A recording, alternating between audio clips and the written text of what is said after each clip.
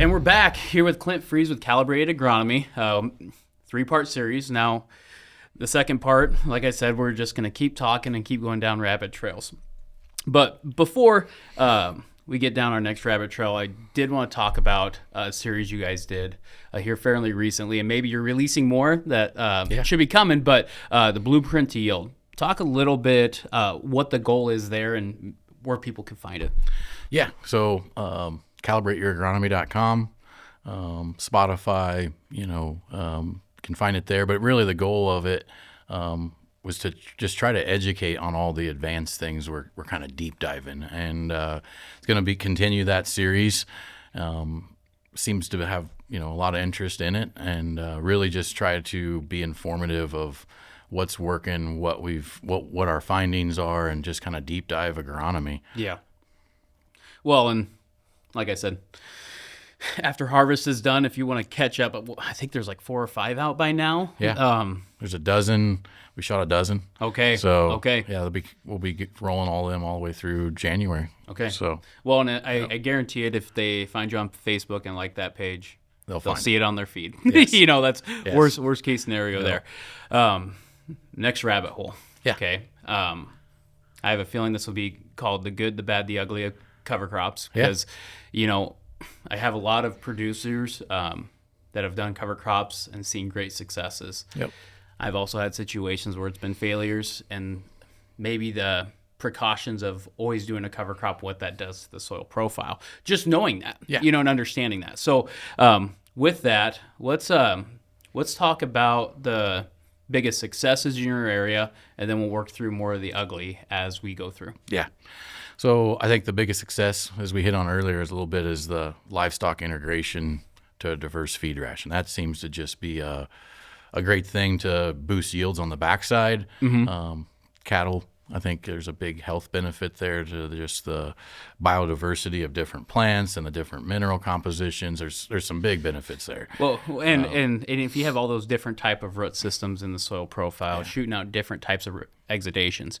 One thing to keep in mind, though, you got to know what your herbicide program was before. You do. Okay, Yeah. That's just, and I know some people are saying, Johnny, I know that, but there's some people maybe getting into cover crops that they spend money and they're like, why didn't it grow? And then they remember, I sprayed that in May. So, but one thing is I like if we're able to use a diversity of cover crops is the different exudations for the different biology, but I think of all the different channels that we've created for that next year's crop with that root system. Like my common saying when I was teaching is Mother Nature is actually lazy. Yeah. Okay, so if you're only doing one monocrop over and over and over again, those root channels, that root's going to go right down that same root channel every time. Yep. So, and that's why, and that's part of the reason why you see the bump of even just doing a corn soybean. Well, it's a different root channel that went through there. Yeah. One thing I thought was very unique, though, is like with soybeans, into a right cover crop, soil's low CEC, we were adding more carbon. Yep. And we saw a 20 bushel swing to the upside. Yeah. Okay. Fill me in when it's been a 20 bushel swing to the downside. So the downside from what I've found, and this is pretty much all over, but where you have poorly drained soils that water struggles to get off, and it seems like we get bigger and bigger rains all the time. We get 3-4 inch shot rains. Yes. We don't get these nice little 1/2 inch rains. And so where I've had the biggest failure on my own farm and with farmers we get to work with has been on these flat pieces where drainage is poor. And cereal rye as a whole seems to turn those farms very swampy. And so I have... because they do a great job of retaining water. They do a great job of retaining water. Well, and so the first year I failed with it in that situation, I was like, I got told, well, if you just would have let it grow and planted it green, it would have naturally dried that back out.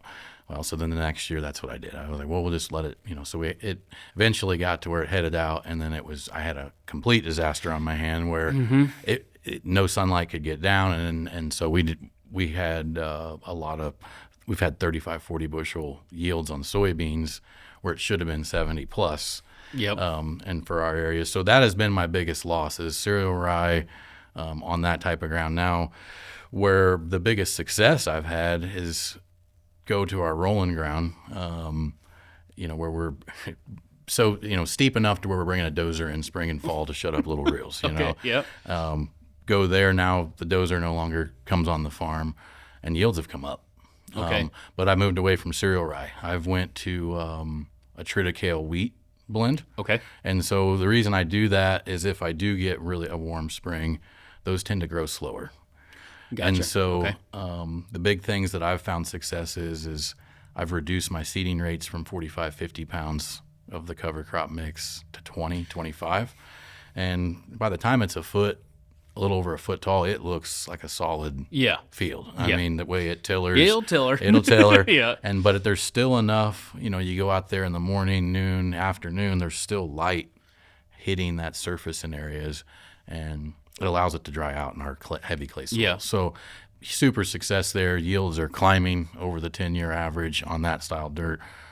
So that's kind of a little bit of where we failed. Where we're succeeding. The other one we're succeeding with is the same blend. It's a wheat triticale blend, and then we strip till into it. Okay. And we create for a head of corn. Yep. And that has been a rock solid deal. I found that then of course, I adjusted my nitrogen program, said, okay, well, I'm going to put all this carbon here.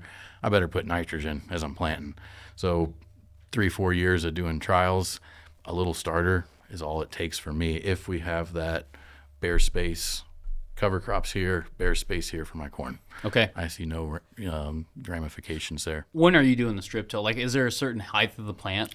I've done it all, a little bit of everything. I've done, a fall seed with fertilizer. Okay. And I come in when it's just a couple inches and strip till into it. Come back the next spring, plant it. I've let it grow and come in at a foot tall. Okay. And strip tilled into it. I like both of them. I don't see any big differences there. But probably the biggest success we've had with whether it's farmers we're working with, our own farm, we buy. My dad bought a farm and it's consistently 30 bushel off everything else we farm. Yep. Can't really figure it out. Yep. FarensCon 2025. November 21st in Kearney, Nebraska. Doors open up at 8 a.m. It's an early riser event. Dr. Rob Shortell, Dr. Kurt Livesey, Jason Mock. We're going to have a couple of epic panels of our favorite farmers. Yep. All-day event. Lunch is on us. It's going to be epic. Yeah. So, I mean, seats are limited, so make sure you get out there and get registered. Like Info I said, at singularagros.com. Get with Shelby. She can help hook you up and get you registered for the event. Seats are going to go fast. Yes, so get online and get registered. See you there. Get fertility, pH adjusted. We tiled it, still off. And so we went to wheat with the plan to truck manure in. Okay, yep. Well, it ended up being a crazy wet spring in our area with prevent plant. Well, then the hog building said, we got all these prevent plant acres. We're just going to drag line it. Okay. You don't get no manure. Yep. Bummer. Well, we seeded a 7-way cover crop and did the whole strip till into it late fall. Okay. And that farm has just been climbing. And that's all we did. It was just a wheat followed by a 7-way cover crop. It was an oat, clover, pea, forage pea type blend, radishes, and it just completely turned that farm around. I mean, so now and that's holding. We're 6 years after that, and it's still holding. Okay, so that's been a success. So, thinking with that, with what Calibrate does, what is something that, let's just say we know we're going to do rye because of herbicide issues or I know my cattle are going to be able to graze that in December or January. What are stuff that we could do with that cover crop that you see maybe as a lost opportunity for most producers? I think especially in low carbon soils, it's just continuing to pump carbon and giving that biology at home. That is a huge opportunity that we sometimes. That's a crazy benefit, I think, but you got to be in an environment where you're getting some rain. Where we've seen some bad things with covers is where we get into these arid environments that get 2 or 3 inches of rain. Cover crops are going to fix the farm, and you don't get no growth out of them. Yep. And things go backwards in a hurry. So like with that, I would just say, you said you've strip till at different times. Has there been termination time frames that you've seen best success, worst success? Yeah, I like to kill it before it heads out for sure. Okay. Myself, and but I got real leery this year. We had stuff get 3 feet tall and cover our strips that we made in the fall. Okay. And so was like, oof, this is not what I want. We're gonna end up, we get too much water, we're gonna have a problem. But row cleaners, just the advancements in planters, and all the you get behind the planter now. I got this nice strip again, but I like to get it before it completely heads out myself. Yeah. There's part of me that says, when they should terminate when you can and get it done. Yeah. I mean, it's what it really comes down to. And let's go, we've been harping on this environment deal. Yeah, why not? If it's a wet spring, I would tend to kill it a little early myself. Yeah. In our geography with our clay soils, I would tend to want that sunlight to warm that ground up. Yep. Dry it out. I was kind of curious on, have you seen much or done much studies on the BioAg E with a cover crop and or the seed treatment? Remind me of the name. Intelligence. Sorry, Intelligence. Yeah. Is there an opportunity there, or do you think a diverse cover crop is giving you kind of what you need? A diverse cover crop opens a lot of pathways. Okay.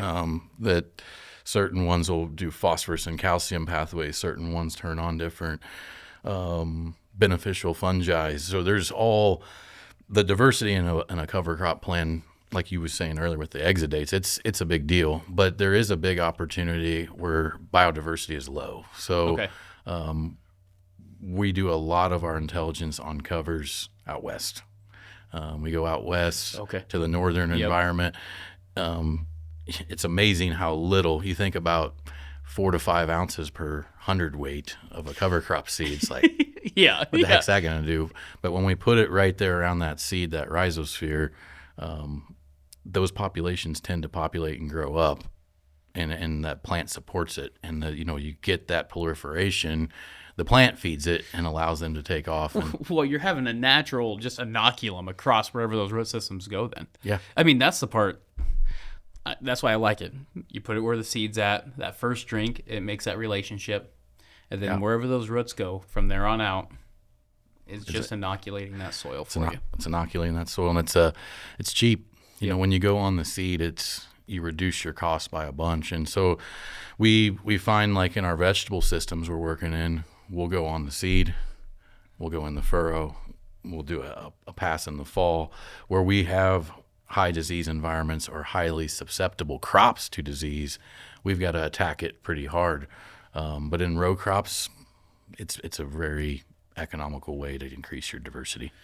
With that too, so you talked about disease load, tying it back into the cover crop part. Yep. What have you seen there? Well, take the first situation where we put cereal rye on a flat field that already has soil oxygen problems. I think it increases your anaerobic conditions. You create a swamp, anaerobic properties are going to follow. We've all smelt a swamp. We all know that there's something that's just not good. But go back to what you were saying with creating pore spaces with all these decaying roots over time. That adds all the properties to allow your soils to shift to an aerobic condition. Yeah. So it definitely can increase your beneficials that'll outcompete pathogens all day long. But it's a delicate balance. Well, yeah, because you think about it too. I mean, corn's a fibrous grass. Yep. So not like it's a 1-for-1, but some of those diseases that are attacking that rye, you're helping breed those if the situation isn't right. Well, and the other big caveat too is how our seed is grown. Growers out west in vegetables, they want to control seed production all the way through to the end of actually, they want to control every aspect so they can implement their agronomic structures. Our seeds are loaded with beneficial biology, but they're loaded with pathogens. So a few years ago, we had a couple lot numbers on some soybeans come through that had Phytophthora. And so everybody that had that lot number had Phytophthora come in late to their soybeans. And most of the agronomists were scratching their, like, what this is a top, soybean variety. It's been a phenomenal performer. Why are we having these catastrophic yield losses? And it goes back to most likely that seed had a Phytophthora infection in its production cycle that translocated all the way back to the farmer. And so the beneficial inoculums on top of that seed can help that. And I really think what the future holds is we're going to test seeds, know our soils. We're going to know how to outcompete those things and shift that paradigm. And so, like out west, they want to control that seed production so they can be for dang sure. Jared's made the comment in potatoes, controlling seed production and managing it the way he wants is worth 50 sacks in the offspring. Holy Toledo! So that's in potatoes. That's some big money. Yeah, I'm lucky enough. I have an uncle that's an agronomist for a potato company in Nebraska. Cool. So I understand the value of that. Yeah, that is crazy. Yeah. Okay, so with that, my mind's blown a little bit. So I'm trying to figure out where to go next. Okay, so we got that cover crop situation, kind of the good, the bad, the ugly.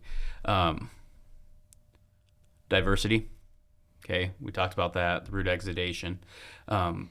Maybe something I wanted to come into a little bit is touch more on manure and or compost as a soil amendment or fertilizer and how that is affected maybe biological pathways, or is there a point where if you overdo it, what does that do when it comes to the biological side? Yeah. So, manure, especially pit style manure, so there's a lot of anaerobic properties to that biological, but, facultative anaerobes that they can shift from beneficial to almost a pest to the plant or the soil environment. So manure as a whole is a great thing. I mean, it yields climb when manure is involved, especially if you've never used it before. Yes, exactly. But I think, managing, the adage out west is 10 tons of composted dairy manure is the same value of close to 35 or 40 tons of uncomposted dairy manure. Okay. So easy. I could see managing that, the breakdown. Yes. And what they'll do is they'll inoculate. We've got a lot of bioag that goes into the final stage of compost before it goes to the field. Kind of last turn. That last turn. Yep. And we're talking 2 ounces per ton. Pennies. We're not talking much. And so we spend a lot of time. Then we'll do a lot of direct microscopy there to look at, what fungals did we add. And because in the compost, usually on that last turn, we'll still be heating a little bit. Yep. We'll blow up fungal properties, but then maybe we don't have all these hyphae left due to that windrow environment. Yep. But we'll have all the spores. Gotcha. So now when the compost goes down on the field, they water it in, boom. All them spores take back off. And that's the catalyst right there. Yes, that's the catalyst. So that's been big, but as a whole, what we've seen with manure, especially on light soils, and specifically liquid hog manure. Okay. Repeat applications over and over and over, and the farmer sees yields climb. They just continue to climb, and it's like, I can't get enough of this manure. I want more and more and more. And then all of a sudden they plateau, and in a lot of cases start going down the other end. Start going down the other side. And in almost in every single case where we've come in to help, it's been we crater WEOC, water extracted organic carbon. Yep. We burn it out. Yep. And I heard Rick Haney say one time, the biggest detriment to carbon isn't your deep ripper. It's the overapplication of nitrogen, and manure has shown us that. Yeah. Yeah. Yeah. Well, and there's a lot of different companies that do this test, but understanding just what is the organic nitrogen profile in your field. Yeah. It does paint a great picture to help you realize, okay, I'm probably pushing that nutrient a little too much. And The fix is simple. Stop the manure for a little bit. Yep. And not that you got to walk away from completely. No. But go corn, cover crops, rye, anything to just crank carbon back into that soil. And usually within 2.5, 3 years, boom, yields are right back to where we go. And then just a reduced manure rate, or in every other year, every third year application has been a big winner there. One I always get to, just the value of that manure. Usually you could justify it for the pounds of P and K that you put on the field, let alone everything else that you get with it. Oh, so it's all the organic nutrients you get, that cycle, the way that cycles, it's all protected with carbon. So the other big takeaway from manure, and there's as we try to find cost-effective solutions for farmers, and you go to a lot of regen meetings, you hear a lot about chloride. Can't use potassium chloride anymore. It kills all biology. It shuts it down. What we have found with manure is, when we SAP is in our SAP database, we try to put all our manure in a bucket at the end of the year to analyze all our conventional systems.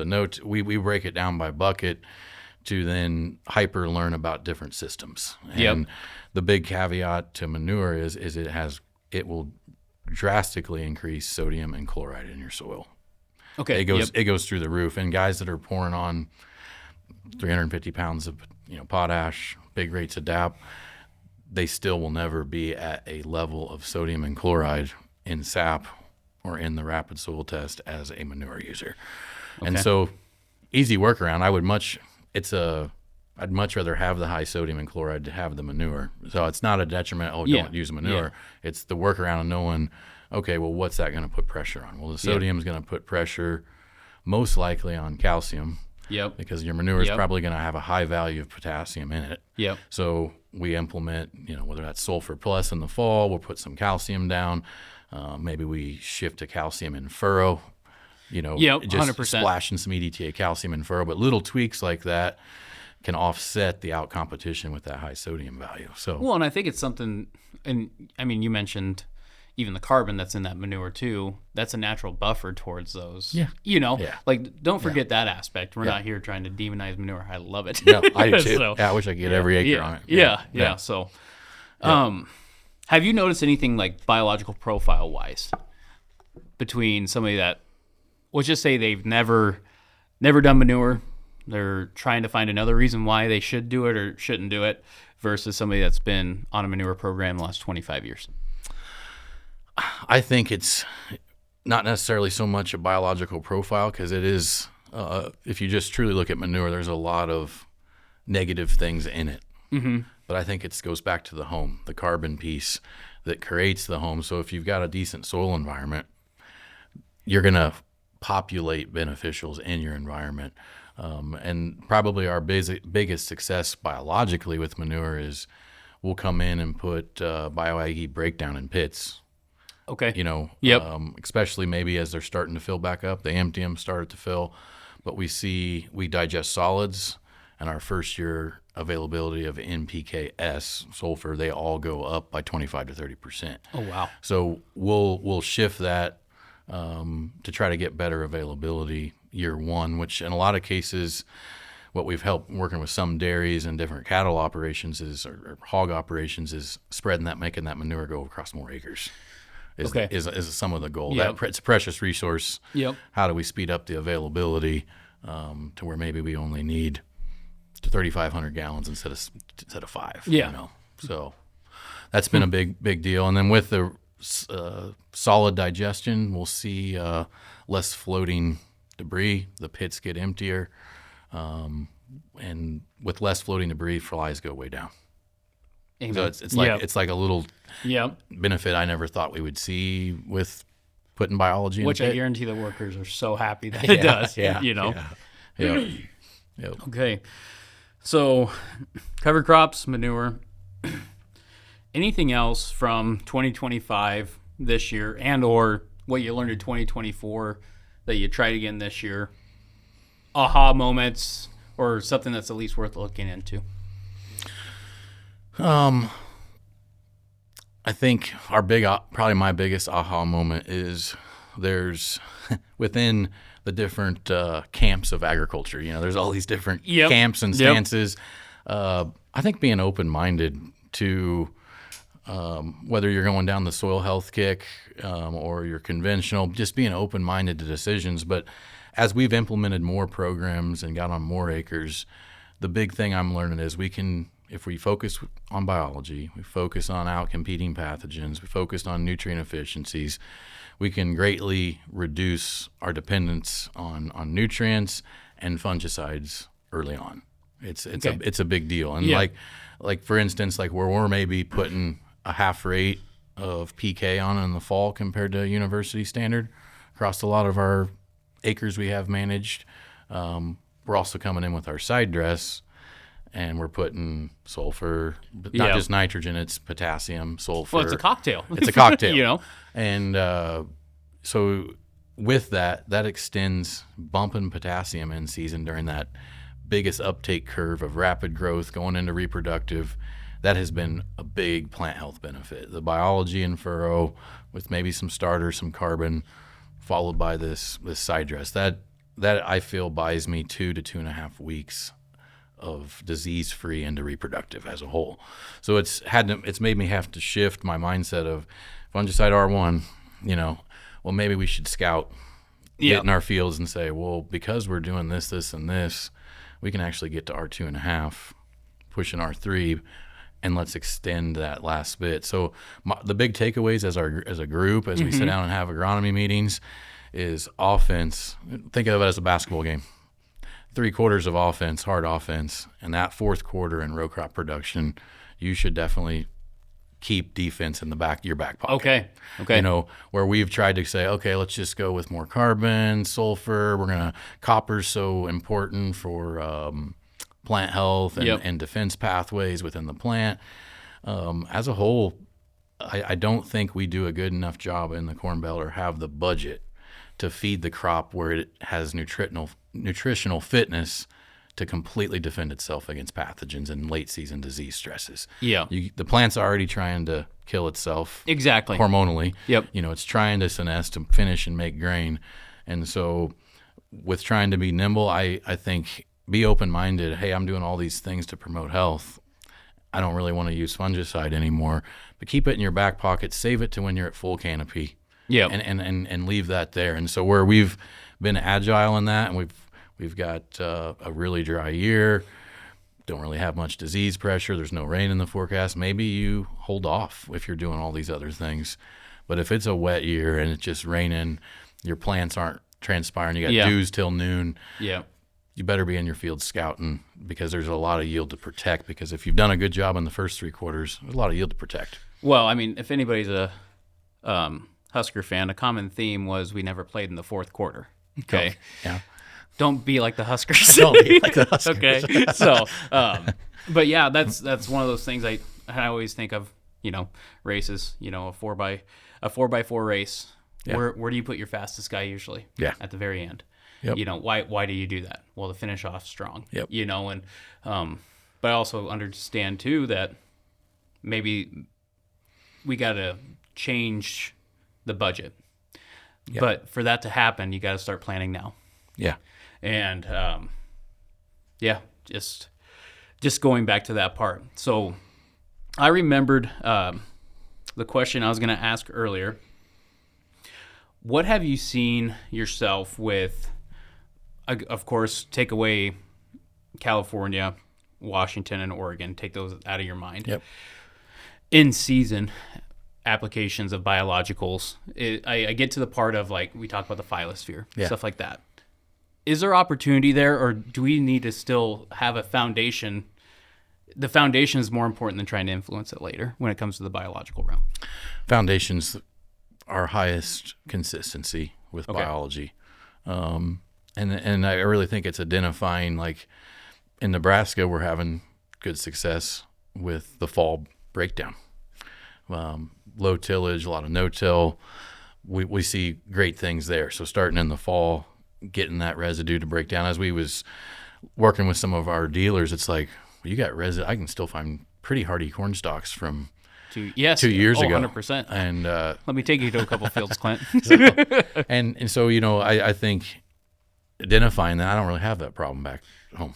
You know, whether if you do light tillage or VT or a lot of guys still deep rip, you're mechanically destroying them. And with the humid environment, we degrade stocks pretty well in our area. So knowing that, we'll just back to let's supercharge that. Let's get these stocks to break down so our planting conditions, our ground warms up quicker. That's been a success.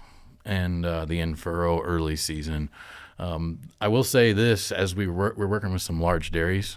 Okay. As we're Y-dropping a little BioAg-E and Y-drop mixes, side dress mixes, foliar apps, our feed ration has completely changed.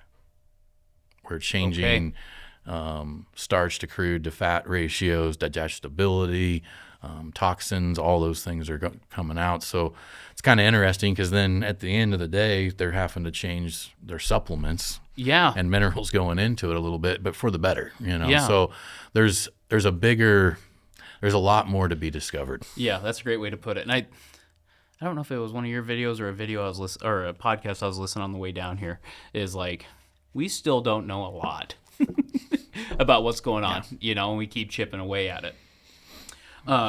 Last question of this podcast.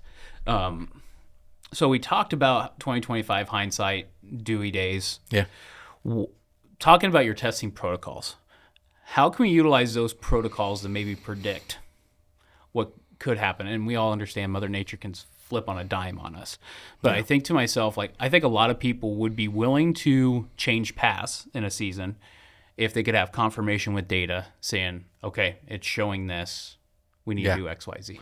Yeah, I think there's some things coming within plant genetic expression testing. I think there's going to be some things there that predict plant stress pathways within the plant. Okay. But I don't think we're there yet. I think you can learn a bunch, like sap. When we see, one of the things we'll see when the plant starts to get stressed, nitrogen starts to bottleneck, and all that means is it's not going to a usable form in the plant. It just stays in the vacuole as a nitrate.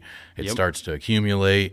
Well, that puts pressure on the vacuole, the whole system. Now, photosynthetic energy photosynthesis is converting energy has to be redirected to process nitrate instead of going to reproductive tissue to support the root, keeping it alive. So we can see little things like that. You know, you can see sugars start to accumulate. You can start to see nitrate accumulate, and that's the start of the whole piece. And you get that bottlenecking. That is a major precursor to disease or an insect potential infestation. So there's little things, but at this point in time, I and we've been guilty of this as a company.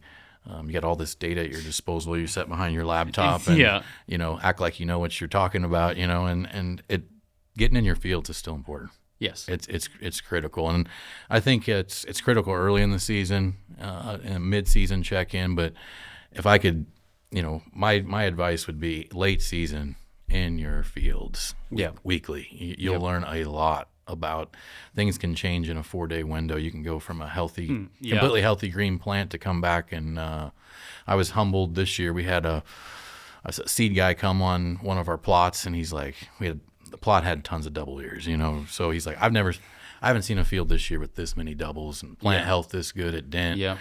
And so I went home that night feeling good. Yep. Like, I'm going to go back and do a calibrated video on that field. Waited 4 or 5 days, come back, poof, rust is everywhere, and still looked good, but it not like it did when we was in there. So, I think boots on the ground still a big piece right now. Well, and one thing I thought about too, one example that came to mind. So I help some of my growers with NRCS paperwork, all that jazz, and we were doing the end of the year nitrate test. Yeah. Okay. There was one farm. I knew everything that was done to that farm, and we applied half the nitrogen than what was allowed. Okay. Okay. Nitrates were through the roof. Okay. You talked about stress. Yep. I also know that pivot was broke down for 2-3 weeks at the very end of its life. Mm-hmm. That concentration created that. But here's the deal, though. I send those samples in they could think to themselves, oh, their nitrogen program is just way out of whack. Yeah. It was nothing to do with our nitrogen program. Yeah. It was strictly because that plant went through stress right at the very end, and it concentrated it. You didn't move that nitrate to protein. Exactly. Yeah. Exactly. That pathway was shut off. Yep. And it just created that concentration, and silage, nitrates could be an issue. Yeah. I know sometimes with silage, they say, well, the end of the road's a lot closer, so we don't have to do as much. Yep. I would say no, treat it as if you're finishing that thing out. So then those nitrates are still not condensed in that profile. Yeah. It's that simple. And, it's a little tweak, just understanding, the big takeaways like with sap for me is, okay, we've tried to apply 400 or 500 pounds of ammonium sulfate. We've tried, we melt a lot of ammonium sulfate into an 809. I dropped 150 gallon, and 30 gallon shots throughout the season. It's the biggest piece to assimilating that nitrogen. Yep. The sulfur. And what we found is, like, I've failed this year. We had some high yield plots where sulfur was a limiting factor. So it's just sulfur on the foot on the gas, ATS, AMS, pre-plant. And at the end of the day, that field sapped weekly compared to the control looked no different in sulfur. Really? All the way through. You'd see a little spike, but we would, going back to the whole sulfur cycle in the soil, we would gas. We didn't get any utility out of it. So understanding little things like that and going back to how do we actually, that's the big opening for me is we got to go to a source that's a slow release. Yeah. Elemental sulfur's got a bad rap, yeah. Because it's a slow release. Yep. Yep. And in all actuality, we need a slow release so there's a little bit available all the time. Well, and I think about, in my situation, irrigation country, we can guarantee catalysts breaking down that sulfur. Yeah. That's one thing that we have a huge advantage on. Yep. So that's why I'm even less worried about elemental personally. Yeah. With irrigation. And honestly, I like how you're saying it, a slow release the whole time. Now, the problem is, though, if you have a droughtier year, you could be sulfur deficient. It's just the honest truth. Yeah. And it goes back to, according for 240 bushel corn crop, you only need 20 pounds. But if it's that volatile of a nutrient, maybe it's a 40-pound deal. Yeah, so narrowing, and maybe that's the answer, was narrowing that ratio between nitrogen and the sulfur. It's more about, I always thought we did it through irrigation. We were getting some reaction between the sulfur and the bicarbonate the moment that we'd start narrowing that ratio down. Yep. But maybe it's just because the plant was actually able to use it because we narrowed it down as well. It wasn't gassing off or so on and so forth. Yep. Well, that's part 2, Clint. Yeah. That's crazy. FarentsCon, November 21st. Registration date, believe closes the 14th if seats are not filled. Calibrated agronomy will be there. Like, subscribe. Thanks for listening, and we got one more part of this series. Thanks, Charlie. Yep. Guys, thanks for watching the content so far. If you would like to see more, be sure to subscribe to our YouTube channel. We've got all the full-length podcasts, other video information, tutorials on there. Also on all the major podcast platforms and social media sites, Facebook, Instagram, TikTok, etc. So if you like this, go ahead and check more out on all those platforms.